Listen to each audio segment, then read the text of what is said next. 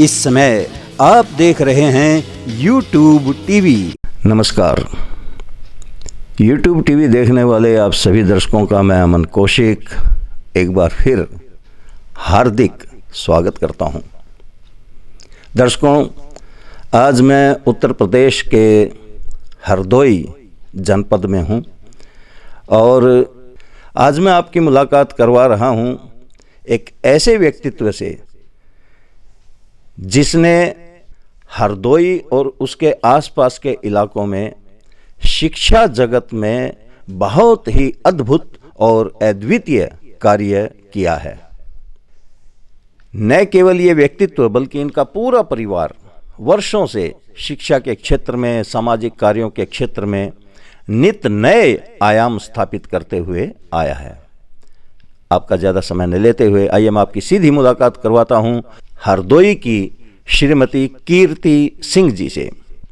श्रीमती कीर्ति सिंह जी वर्तमान समय में स्कूल कॉलेज का संचालन कर रही हैं और ऐसा कोई भी दिन नहीं जाता है जिस दिन ये समाज सेवा में अपना समय, अपना तन, अपना मन और अपना धन न लगाती हूँ।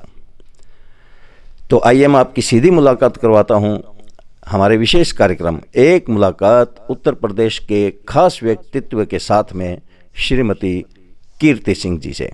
इस समय आप देख रहे हैं एक मुलाकात उत्तर प्रदेश के खास व्यक्तित्व के साथ।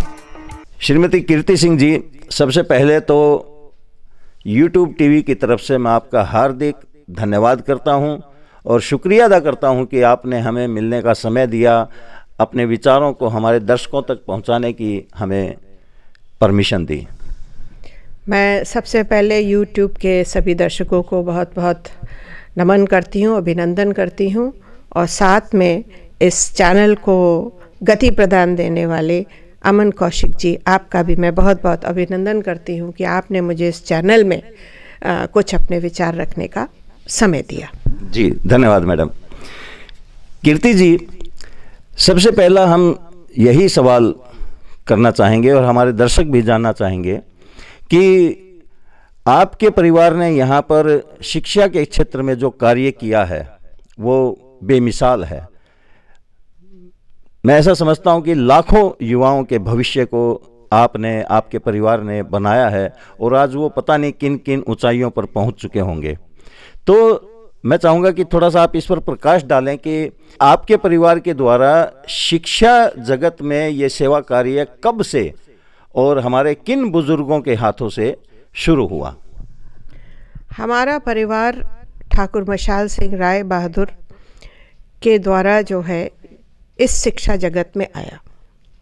उन्होंने आज से 100 साल पहले, 100-125 साल पहले उन्होंने यहाँ पर इस हरदोई में देखा कि बहुत ही अशिक्षा का वातावरण था, ना तो यहाँ कोई शिक्षा की व्यवस्था थी। तो उन्होंने राजा साहब कटियारी के साथ मिल करके यहाँ पर एक RR इंटर कॉलेज नाम, छत्री कॉलेज के नाम से इस कॉलेज, यहाँ पर एक कॉलेज खोला। RR इंटर क्षत्रिय कॉलेज। हाँ, छत्री इंटर कॉलेज जी। फिर उसके बाद कालांतर में जब देश आज़ाद हुआ तो एक आया कि किसी भी जाति के नाम से कॉलेज नहीं होना चाहिए, तो इसको राजा साहब के नाम से, राजा रुक्मांगद इंटर कॉलेज के नाम से इसको ख्याति प्राप्त हुई। ठीक है। और ये 100 सालों से लगातार एक शिक्षा में सबसे अग्रणी स्थान लिए हुए है। यहाँ से न जाने कितने IAS PCS सब निकले हैं।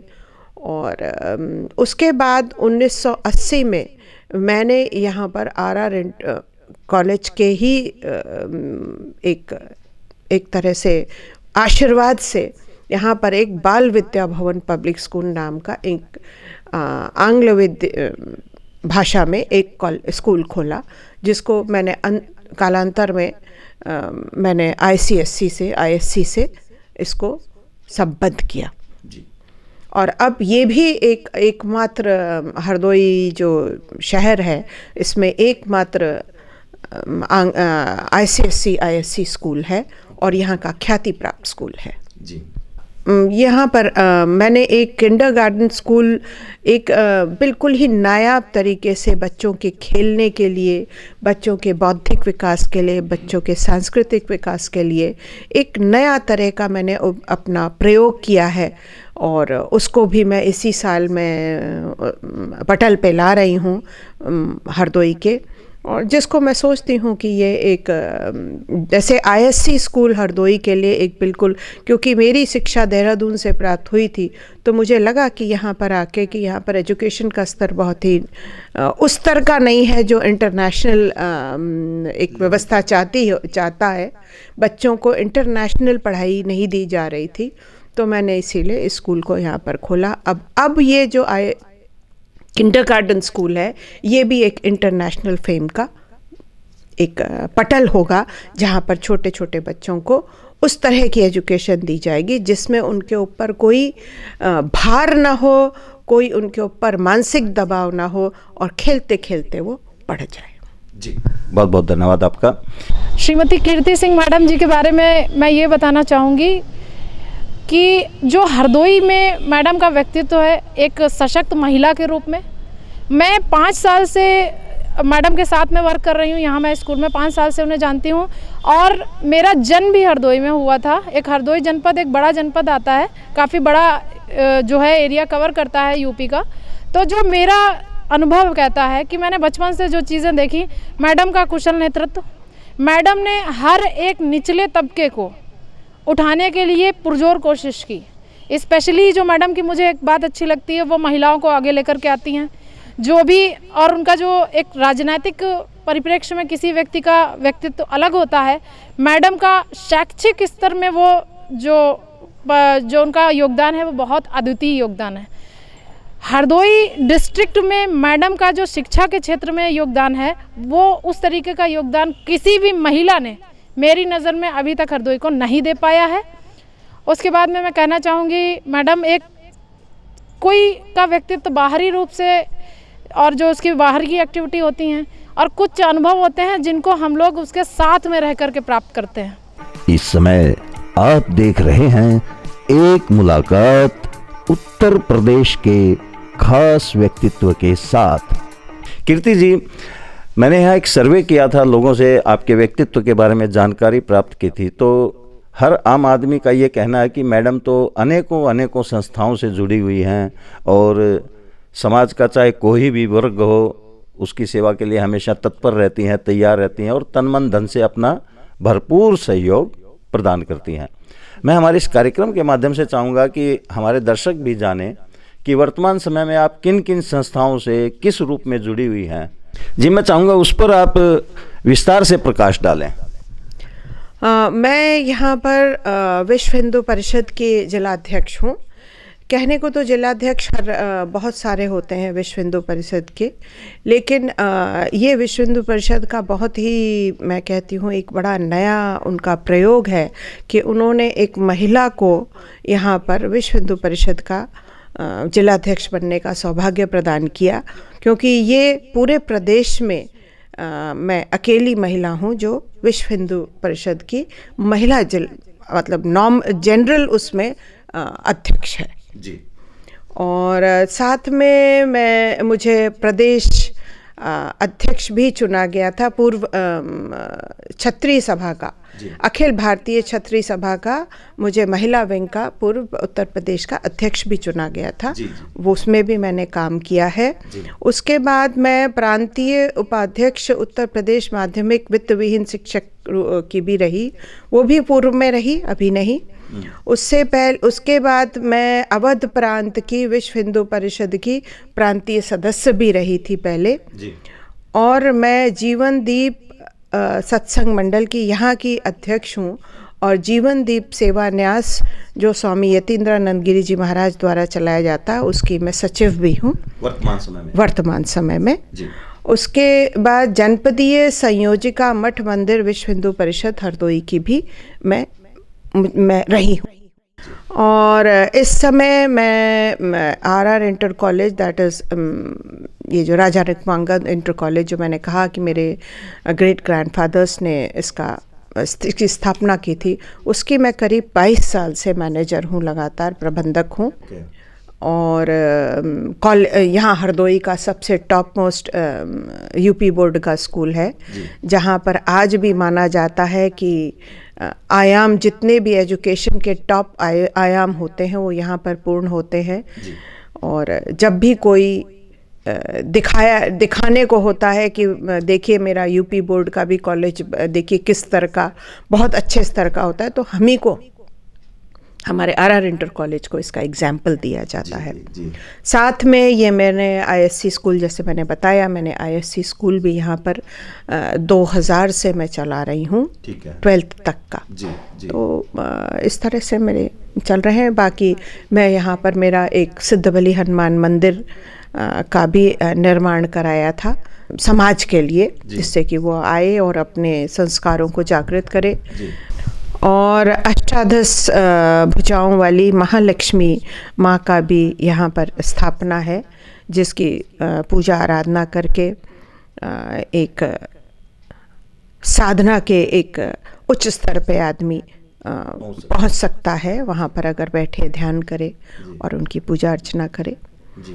और बाकी मेरा लगातार चाहे किसी भी कोई भी कैलेमिटी हो, चाहे गंगा जी जब यहाँ पर, क्योंकि ये कटरी का प्रदेश है, यहाँ पर चारों तरफ नदियों से घिरा हुआ है, तो जब भी गंगा में या किसी तरह का कोई उफान आता है तो सबसे पहले ये प्रभावित होता है जगह। तो उसके लिए भी मैं जो बाढ़ पीड़ितों के लिए हमेशा मदद के लिए तत्पर रहती हूँ। उसमें नाव देना, भोजन देना, कपड़े देना, ये सब व्यवस्था करती हूँ। वैसे तो हमारे यहाँ लगातार कोई ना कोई सामाजिक कार्य होते रहते हैं, लेकिन मेरी तरफ से मैं कोशिश करती हूँ कि जिस तरह से भी, चाहे जब भी कोई, जैसे कोविड आया तो लगातार मैंने 6 महीने तक लोगों को बाहर भंडारा चलाया और लोगों को भोजन दिया और दवाइयों की व्यवस्था रखी, और बहुत सारे इस तरह से सेवा कार्य मेरे चलते रहते हैं। जी, कीर्ति सिंह जी का व्यक्तित्व बहुत ही अच्छा है।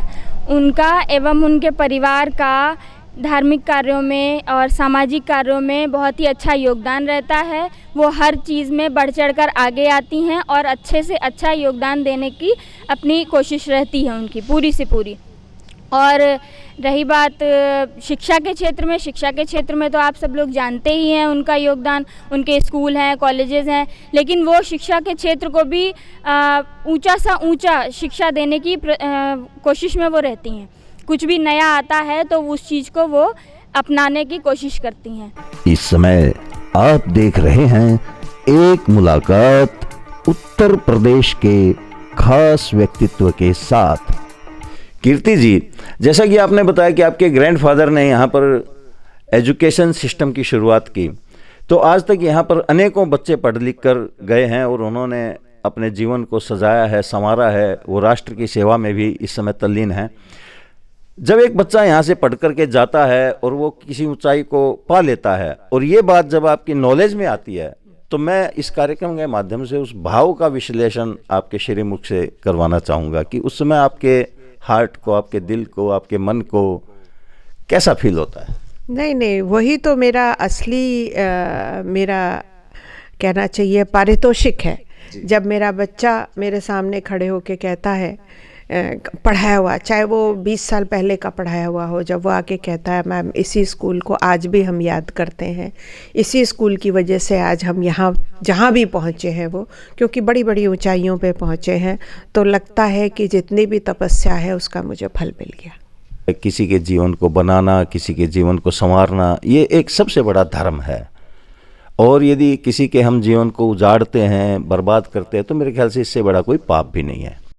कीर्ति जी, मैंने यहाँ पर जब सर्वे किया तो यहाँ के लोगों का कहना था कि मैडम एक बहुत ही ग्रेट पर्सनैलिटी की स्वामिनी हैं और मैडम को वो अवसर नहीं मिल पा रहा जिसके वो लायक हैं, जिसकी वो हकदार हैं। मैं बात कर रहा हूँ राजनीति की। तो सबसे पहले तो मैं ये जानना चाहूँगा कि आपने राजनीति के क्षेत्र में अभी तक ऐसा क्या किया है कि यहाँ के लोगों के आप दिल में, उनके मन में, उनके दिलो दिमाग में, उनके मस्तिष्क में, उनके विचारों में रच और बस गई हैं? बात तो काफ़ी पुरानी हो गई है। अब करीब 2000 में मुझको पूर्व प्रदेश परिषद का सदस्य भी बनाया गया था। उसके बाद मुझको प्रशिक्षण प्रभारी महिला मोर्चा का उत्तर प्रदेश और उत्तराखंड का बनाया गया था बीजेपी की तरफ से। फिर मैं अवध प्रांत महिला प्रमुख स्वदेशी जागरण मंच की भी मुझे घोषित किया गया। उसके बाद मैं संयोजिका भारत भाजपा जिला महिला सम्मेलन की 2016 में मुझको ये दायित्व दिया गया। उसके बाद संयोजक भाजपा जिला शिक्षक सम्मेलन ये हरदोई का 2021 में भी मुझको बनाया गया, संयोजक बना गया। और ये जो शिक्षक सम्मेलन, जो हमारा जिला शिक्षक सम्मेलन रहा, वो एकमात्र मेरा ही ये हरदोई रहा जिसमें 8 विधानसभाओं में इसका बड़ा सुंदर कार्यक्रम हुआ और बड़े विशाल जन समूह इसमें भागीदारी ली।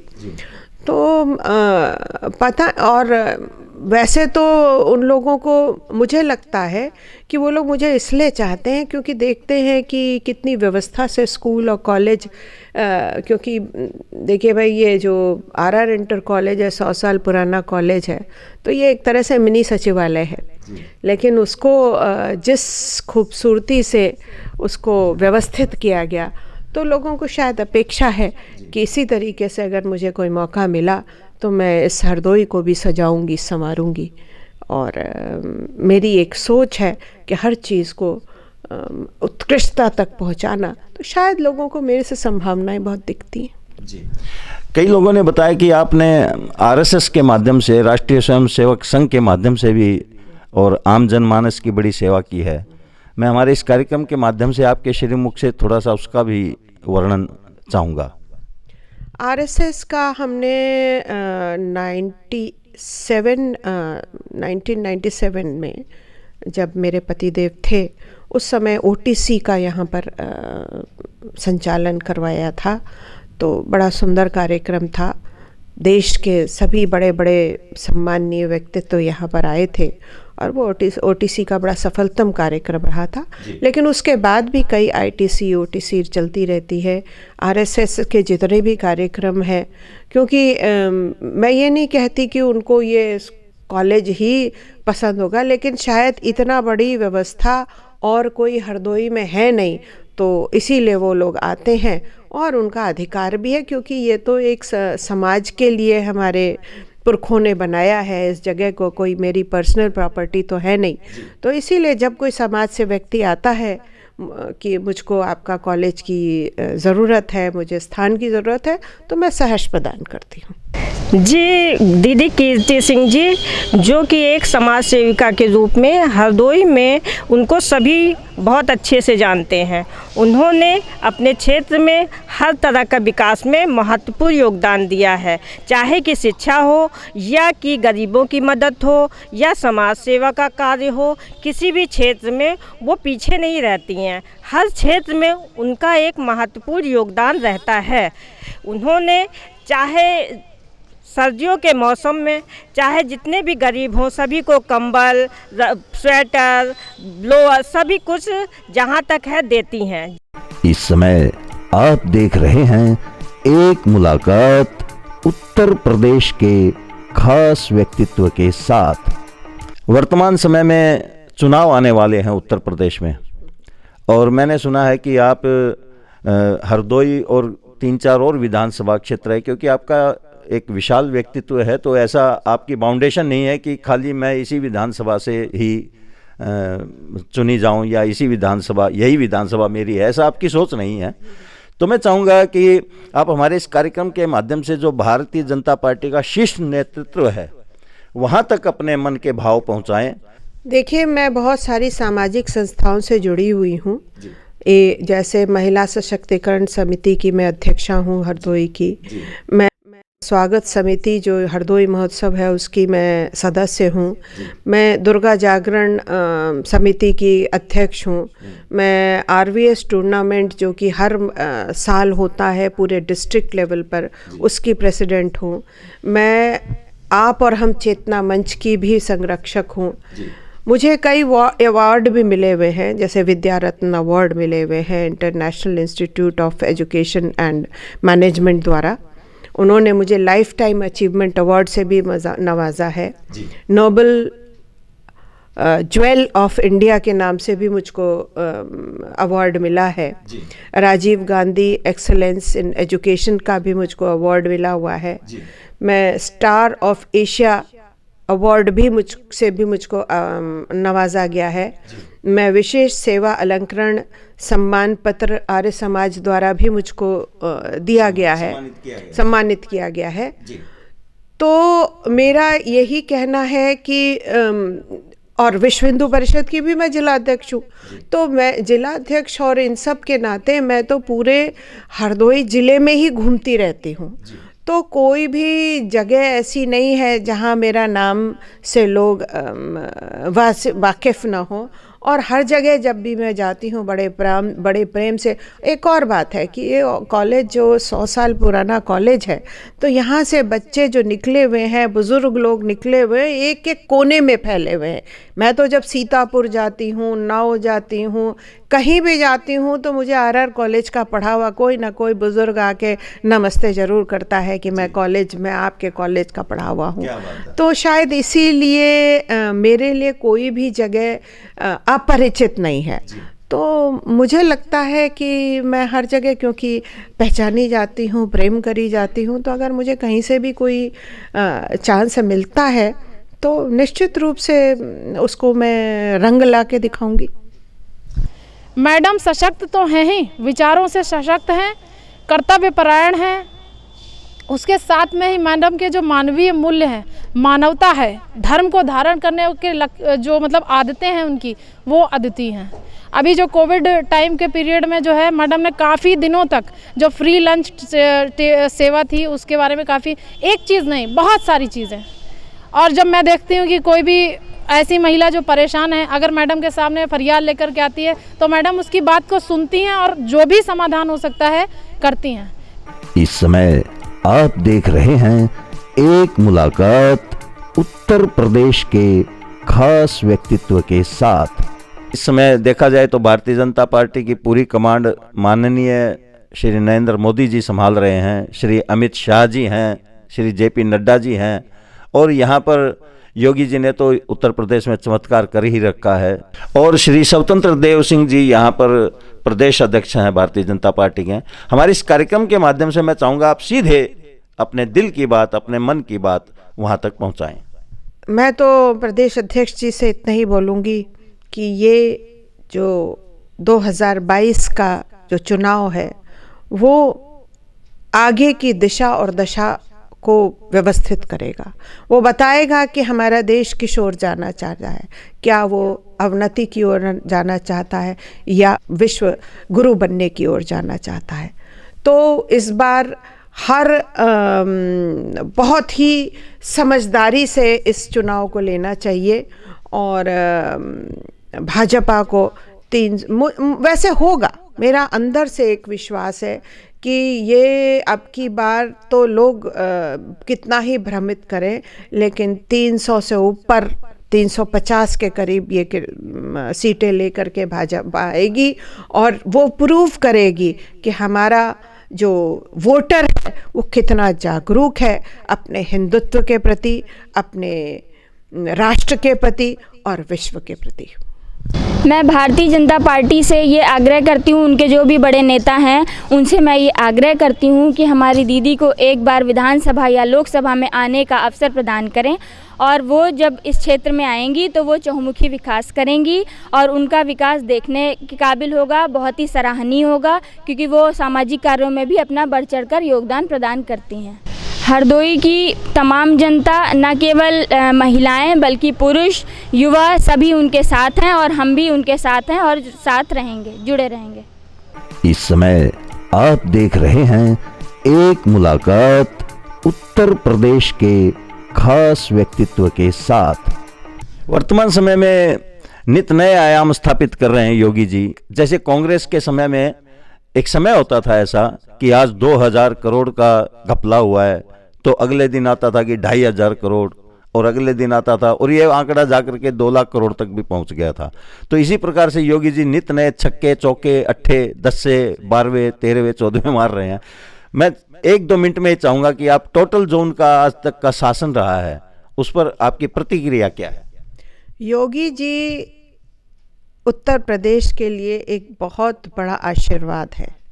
वो सन्यासी हैं और सन्यासी जो है वो समाज के लिए जीता है। उन्होंने इसको प्रूव करके दिखाया है इस उत्तर प्रदेश में कि वो एक सन्यासी की तरह, एक योगी की तरह इस प्रदेश को ऐसे आयाम पे ले जाएंगे कि आने वाला समय इतिहास बन जाएगा। इसके लिए इतिहास की गवाही देगा कि ऐसा भी कोई राजा आया था जो राम बनकर उन्होंने उत्तर प्रदेश में अपना रामराज्य स्थापित किया। महिलाओं को वो आगे बढ़ाने में बहुत ज़्यादा उन्होंने अपना योगदान दिया है। आपकी प्रतिक्रिया मोदी जी के अब तक के शासन पर और उनके व्यक्तित्व पर? मोदी जी की कायल तो मैं 2009 से ही थी। जब मैं एक बार गुजरात गई और वहाँ की व्यवस्था देखी, वहाँ की लंबी चौड़ी सड़कें, वहाँ की सफाई, वहाँ का एडमिनिस्ट्रेशन देख के तब मैंने पूछा कि कौन है यहाँ का चीफ मिनिस्टर, तो पता चला मोदी जी। मैं तो उसी दिन से उनकी फ़ैन थी और इंतज़ार कर रही थी कि कब वो भारत के हमारे प्रधानमंत्री बने। और एक दिन वो भी जब 14 का उनका हुआ कि वो प्रधानमंत्री के लिए उनकी लड़ाई चल रही थी, तो तभी मैंने यही सोच करके उस समय अपने को भी उसके लिए, उस लड़ाई के लिए प्रस्तुत किया था कि मैं भी उनके साथ संसद में बैठना चाहूँगी। वो मेरी किस्मत थी कि मुझको उस बार टिकट नहीं मिला, लेकिन फिर भी मैं इस बात के लिए कायल हूँ। मैं तो उनकी हमेशा से फ़ैन हूँ। और मैं क्या, मेरा परिवार अमेरिका में रहता है। अमेरिका में भी उनका इतना ज़्यादा क्रेज़ है कि मैं बता नहीं सकती। और अमेरिका क्यों, मैं तो कहूँगी विश्व में उनका क्रेज़ है, क्योंकि वो एक मिसाल है, एक आइडियल है कि हिंदुस्तान का व्यक्तित्व कैसा होता है, उसकी क्या सोच होती है।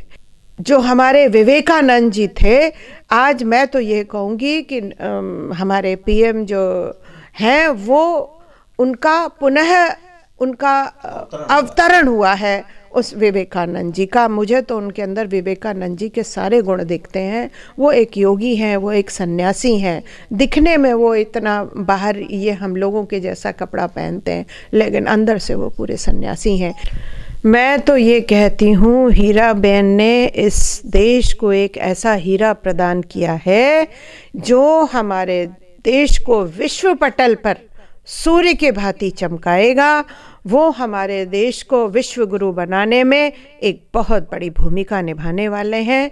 वो हमारे देश के प्रधानमंत्री नहीं, वो हमारे पूरे विश्व के एक बहुत बड़े व्यक्तित्व बन के उभरे हैं, उभरेंगे और रहेंगे। मेरा भारतीय जनता पार्टी से करबद्ध निवेदन है कि एक बार श्रीमती कीर्ति सिंह मैडम जी को कृपया जो है राजनीति में आने का जो है एक मौका प्रदान करें, क्योंकि जनतंत्र जो है, लोकतंत्र है, जनता का जनता के लिए, जनता द्वारा शासन है। और हम चाहते हैं कि मैडम जैसा एजुकेटेड और शिक्षा वाला शिक्षित व्यक्ति अगर राजनीति में जाएगा तो वो आने वाली पीढ़ी के लिए, देश के लिए वो कर सकेगा जो और सामान्य नेता नहीं कर पाते। इसलिए भारतीय जनता पार्टी से मेरा अनुरोध है, मैडम को जो है उचित पद प्रदान करें, जिससे जो है हम एक सशक्त महिला को एक अच्छे पद पर और भी अच्छे पद पर देखें और जो है जिससे हमारा देश आगे बढ़ सके। इस समय आप देख रहे हैं एक मुलाकात उत्तर प्रदेश के खास व्यक्तित्व के साथ। कीर्ति जी, इंटरव्यू के दौरान हमारे कई ऐसे नेता हैं, उन पर उनकी प्रतिक्रिया चाहता हूं। तो वर्तमान समय में सोशल मीडिया पर महात्मा गांधी को लेकर तरह तरह की टिप्पणियां, तरह तरह के लेख प्रकाशित हो रहे हैं। आपकी दृष्टि में महात्मा गांधी का व्यक्तित्व क्या है और आपकी प्रतिक्रिया क्या है, आपकी सोच क्या है, मैं चाहूँगा वो भी हमारे दर्शकों तक पहुँचे। इस व्यक्ति ने जितना हमारे राष्ट्र का नुकसान किया है वो तो हमारा 700 एडी से लेकर 1947 तक किसी ने इतना बड़ा नुकसान हमारा नहीं किया। इस व्यक्ति ने हमारे देश के टुकड़े किए हैं। मेरी समझ में नहीं आता कि ऐसा कौन सा, क्यों, किसने इनको पिता बना दिया, क्योंकि पिता कभी अपने बच्चों के हाथ नहीं काटता, पिता कभी अपने बच्चों का मस्तक नहीं काटता, पिता स्वयं मर जाता है लेकिन अपने बच्चों का कभी नुकसान नहीं होने देता। मैं उस समय थी तो नहीं, लेकिन जब मैं पढ़ती हूँ कि लाखों लाखों लोगों को वो भर भर के वहाँ से पाकिस्तान से कटे हुई लाशें आती थी, तो ये कहते थे कि भाई जब उसका प्रतिक्रिया का समय होता था तो खुद खड़े हो जाते थे कि नहीं नहीं, कोई यहाँ से कोई नहीं जाएगा। रिजल्ट यही हुआ कि वहाँ का एक भी हिंदू नहीं है, लेकिन यहाँ पर मुस्लिम जो है अपनी मेजॉरिटी बनाने की कोशिश करता है। और एक बहुत उन्होंने नेहरू जी, जो स्वयं तो नेहरू जी का तो उन्होंने सिर्फ नहर होने के ये तो इतिहास में हमें पढ़ाया गया है, और उन्होंने अपने वो गांधी नाम को दे करके इस नेहरू के परिवार को अपने गांधी नाम को दे करके एक जामा पहनाया है सेकुलरिज्म का, जो कि उन मुस्लिमों को वापस हिंदुस्तान में फिर से स्थापित करने का कुचक्र रचा है उन्होंने। और उसी का खामियाजा आज तक हम भुगतते हैं कि हमारे ही देश में हम हिंदू अपने को अलग थलग पाते हैं, हम कमज़ोर पाते हैं, कभी 370 की भूमिका में, कभी मुस्लिम आरक्षण की भूमिका में, कभी जहां मुस्लिम जिधर आप ये कहीं भी टेस्ट कर लीजिए कि मुस्लिम जहां पर 25% से ऊपर हुआ, जिस भी एक छोटी सी लोकेलिटी में, वहां पर एक भी हिंदू परिवार जी नहीं पाता। क्यों? क्योंकि उनके तो धर्म में लिखा है, उनका तो लिखा है कि काफिरों को जब वो काटते हैं तो उनको जन्नत मिलती है। तो ऐसी सोच वाले लोगों को, जहां जन्नत उनको एक बार उन्होंने काट दिया, तभी मुझे आज भी मेरा मन रोज आता है कि ऐसे व्यक्ति को किसने पिता बना दिया जो अपने ही बच्चों को काट गया, खा गया। हमारी तो समझ से बाहर है, और मुझे लगता है इस सारे कुछ चक्र के पीछे वही इंसान है जिसकी आप बार बार चर्चा करते हैं। जी, मैं तो बात कर रहा था मैडम, जो आजकल सोशल मीडिया पर तरह तरह के वार्ताएं आती हैं कि महात्मा गांधी जी ने खुद भी लिखी है कि मैं कोई प्रयोग करने के लिए और यंग लड़कियों के साथ सोता हूं, तो इस प्रकार का जो है उनका विचार रहे हैं। ये बातें मेरे मुंह से शोभा नहीं देंगी। कुछ बातें ऐसी है जो पर्दे में ही रहनी चाहिए, क्योंकि अगर उसकी चर्चा भी होती है तो मुझे लगता है कि हमारा खुद का व्यक्तित्व छोटा होता है। मैडम, वैसे तो भारतीय जनता पार्टी का इस समय देश पर शासन है, लेकिन हमारे देश की मुख्य विपक्षी पार्टी है कांग्रेस। कांग्रेस के वर्तमान में जो सर्वे सर्वा हैं श्री राहुल गांधी जी, तो आपके चेहरे पर मैं कई लोगों को जब कहता हूँ राहुल गांधी जी के व्यक्तित्व पर मैं आपकी टिप्पणी चाहता हूँ, तो कई लोग तो मुझे कह देते हैं मन जी आप इस विषय को छोड़ दो, किसी और विषय पे बात करो। मैं चाहूँगा आप क्या कहना चाहेंगे इस पर?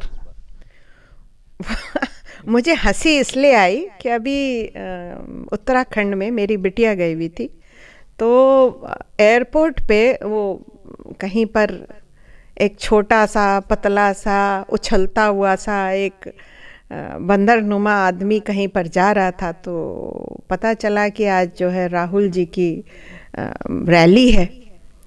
तो किसी ने उनको बताया मेरी बिटिया को कि ये राहुल जी है, तो वो स्टन्ड हो गई और उसने मुझसे फ़ोन पे ये बात कहा कि मम्मा मैं सोच नहीं सकती थी कि इतना वाकई पप्पू होगा वो।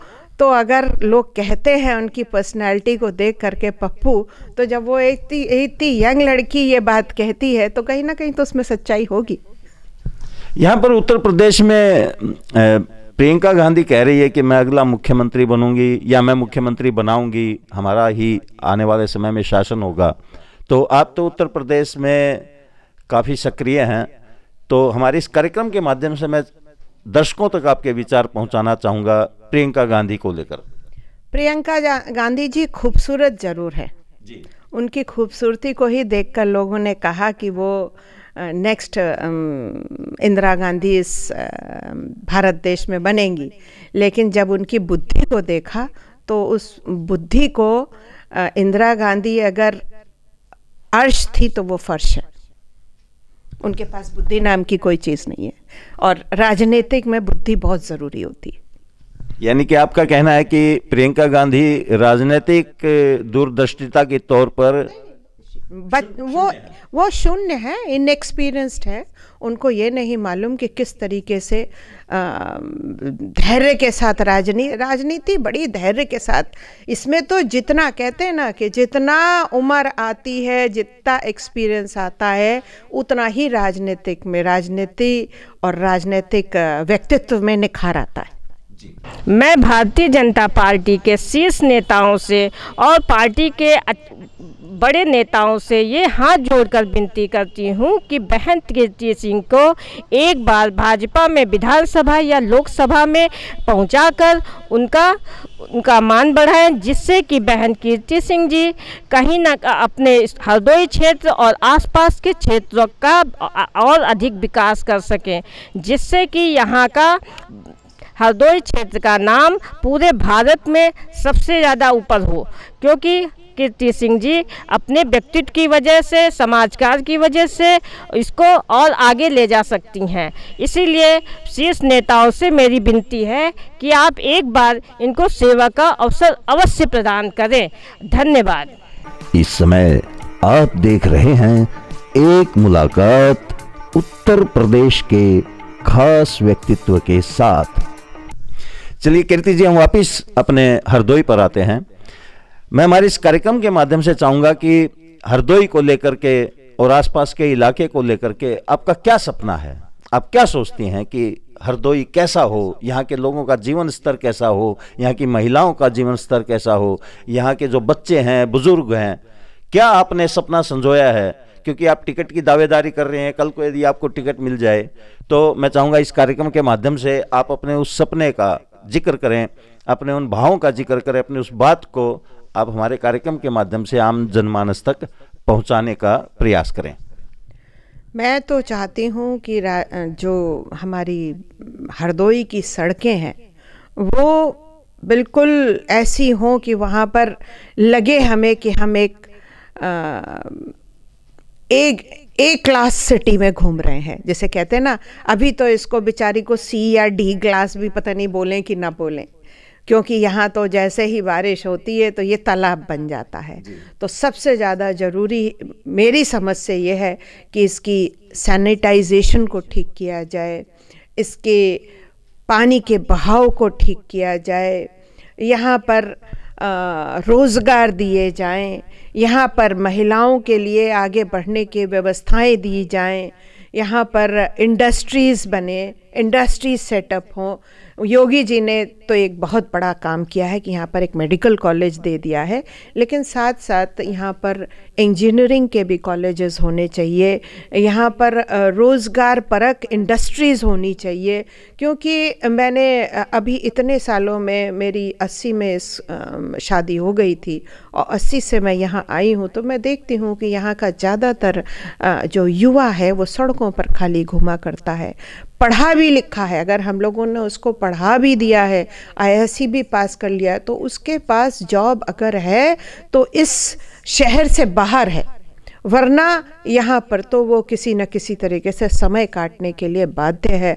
यहाँ बल्कि मैं तो कई बार आश्चर्यचकित रहती हूँ कि यहाँ पर जब आते हैं बच्चे पढ़ने तो उनके बाबा दादी उनकी पढ़ाई की व्यवस्था करते हैं और उनका पैसा, उनकी फ़ीस देते हैं। यहाँ के लड़कों के पास इतना भी रोज़गार नहीं है और हर तरह से, चाहे वो पैसे का मामला हो, चाहे वो मानसिकता के मामला हो, चाहे वो यहाँ पर बहुत ही पिछड़ापन है, इसको आगे बढ़ाने, इसको एक नया एक स्मार्ट सिटी बनाना, इसको डेवलप करना, ये मेरा सपना है। सपना तो सपना है, देखिए कब पूरा होता है। यानी कि आप यहाँ का जो आम जनमानस है उसका लिविंग स्टैंडर्ड जो है वो उसके स्तर को बढ़ाना चाहती है।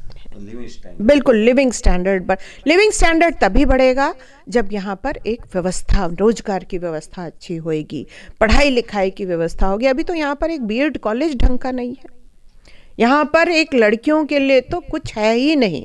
अब मेडिकल कॉलेज खुला है तो हो सकता है नर्सिंग की कॉलेजेस खुल जाएं, हो सकता है, अभी वो भी नहीं है कुछ। यहाँ रोजगार के नाम पे सिवाय एक प्राइवेट स्कूल में पढ़ाने के और कोई रोजगार की यहाँ व्यवस्था नहीं है। आप खुद सोच लीजिए कि कितनी सोचनीय व्यवस्था है। जी कीर्ति जी, चलते चलते मैं चाहूँगा एक बार फिर से, क्योंकि मैंने यहाँ जो सर्वे किया है, मैं लोगों से मिला हूँ, तो मुझे भी, मेरे मन के भी ये भाव है कि आपको एक अवसर तो मिलना चाहिए। मैं चाहूँगा हमारे इस कार्यक्रम के माध्यम से आप हमारे सीधे देश के जो प्रथम सेवक हैं माननीय श्री नरेंद्र मोदी जी, उन तक अपनी बात पहुँचाएं। मैं पूरा प्रयास करूँगा कि आपके भाव वहाँ तक अवश्य पहुँचे। मैं माननीय प्रधानमंत्री जी से प्रार्थना करूँगी कि हम जैसी पढ़ी लिखी महिलाओं को भी अवसर दें कि हम लोग भी देश की सेवा में अपनी भागीदारी दें, क्योंकि वी आर गुड मैनेजर्स। हम लोग घर पे भी बहुत अच्छा मैनेजमेंट करते हैं। हम लोग को जो भी काम, अब जैसे देखिए 2 इंस्टीट्यूशन चलाए तो उसमें भी मेरा मैनेजमेंट आप देखिए। तो इसी तरीके से अगर हरदोई में भी मुझे कुछ अवसर दिया जाए तो एक सुंदर मैनेजमेंट करके मैं इस शहर को अपने सपनों का साकार स्वरूप बनाऊंगी। जी, यहाँ की सभी महिलाएं सशक्त रूप से मैडम को जो है सशक्त नारी के रूप में जो है स्वीकार करती हैं, मानती हैं। एक उदाहरण के रूप में, एक अच्छे उदाहरण के रूप में मैडम को देखा जाता है। मैं भारतीय जनता पार्टी से करबद्ध निवेदन करती हूँ कि वो मैडम को जो है चुनाव लड़ने का मौका दें, जिससे जो है समस्त नारियाँ, समस्त महिलाएं जो कि मैडम को एक अपने आदर्श के रूप में मानती हैं, उनके लिए एक शक्ति स्रोत है। उनको और हमारे हरदोई जनपद को और हमारे देश को एक विकास करने का मौका मिलेगा। धन्यवाद। जय हिंद, जय भारत। इस समय आप देख रहे हैं एक मुलाकात उत्तर प्रदेश के खास व्यक्तित्व के साथ। कीर्ति जी, मैं देख रहा था जब मैं आया तो यहाँ पर आपने 3-4 मीटिंगें अटेंड की, काफ़ी लोग आए हुए थे, और इस बहुमूल्य समय में से समय मुझे दिया, अपनी बात को हमारे दर्शकों तक पहुँचाया। इसके लिए YouTube TV आपका बहुत बहुत आभारी है। आपका बहुत बहुत धन्यवाद। मैं अपने हृदय के उद्गार व्यक्त नहीं कर सकती कि आप लोगों ने मुझको इस वक्तव्य, इस भेंट के लिए मुझको चुना, और मुझे पूरा विश्वास है कि मेरे YouTube के चैनल के जितने भी दर्शक हैं वो मेरी अगर कोई ऐसी बात हो जो उनको अच्छी ना लगी हो तो उसके लिए मुझे क्षमा करेंगे। और मैं बहुत बहुत धन्यवाद देती हूँ इस YouTube के प्रवर्तक श्री अमन कौशिक जी से कि उन्होंने अपने व्यस्तम समय से अपना समय निकाल करके मेरा ये साक्षात्कार लिया। बहुत बहुत धन्यवाद। जय हिंद, जय भारत। तो ये थी श्रीमती कीर्ति सिंह जी, जो हरदोई में स्कूल और कॉलेज का संचालन करती हैं, और इनके पूर्वजों ने यहाँ पर जो शिक्षा के क्षेत्र में पौधारोपण किया था, उस पौधे को इन्होंने आज बखूबी से एक वट वृक्ष का स्वरूप दे दिया है। एक और हस्ती के साथ मैं आपके सामने फिर पेश होऊंगा। तब तक मुझे अमन कौशिक को दीजिए इजाजत। जय हिंद।